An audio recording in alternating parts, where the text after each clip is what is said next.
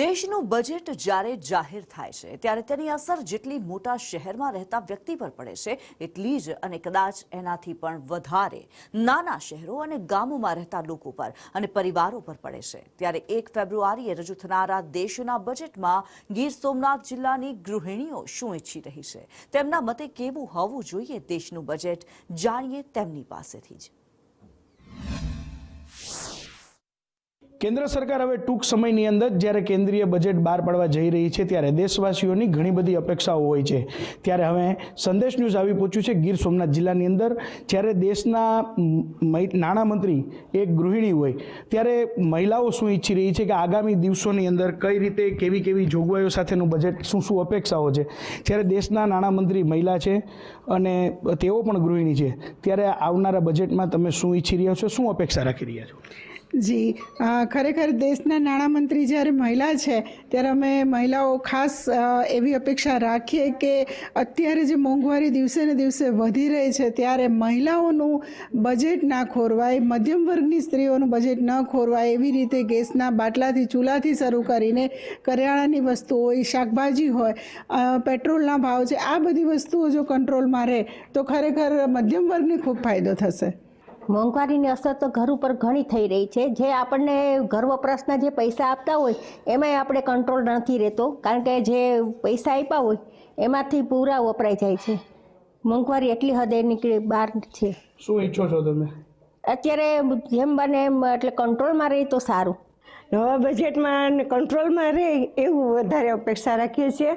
અને અનાજ, કરિયાણું છે, સગડે આમ કે ગેસના ચૂલાથી માંડીને બધું એ બધું તો પરવડે, એ બધું ન પરવડે। સોના ચાંદીનું હોય તો એને આપણે પરવડી શકે, સોના આલા ગેસથી માંડીને કરિયાણા સુધીનું ન પરવડી શકે, એટલે કંટ્રોલમાં રહે તો સારું।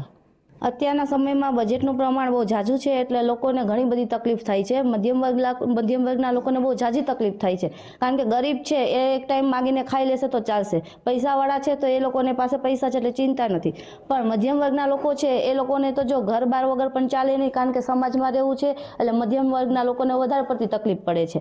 એટલા માટે બજેટ જો સામાન્ય રીતે બધા લોકોના જીવન જરૂરિયાત રીતે જો બજેટ એ રીતનું બહાર પાડે તો લોકોને વાંધો ન આવે। કઈ કઈ વસ્તુનો ભાવ વધારો છે અને તમારે શું શું સમસ્યા છે ઘર ચલાવવામાં? જો ઘર ચલાવવા માટે તો પહેલાં તો શરૂઆત આપણે ગેસથી જ કરીએ તો ગેસ સિલિન્ડરના ભાવ એટલા બધા વધી ગયા છે કે જેના લીધે મધ્યમ વર્ગને પણ બહુ પ્રોબ્લેમ થાય છે।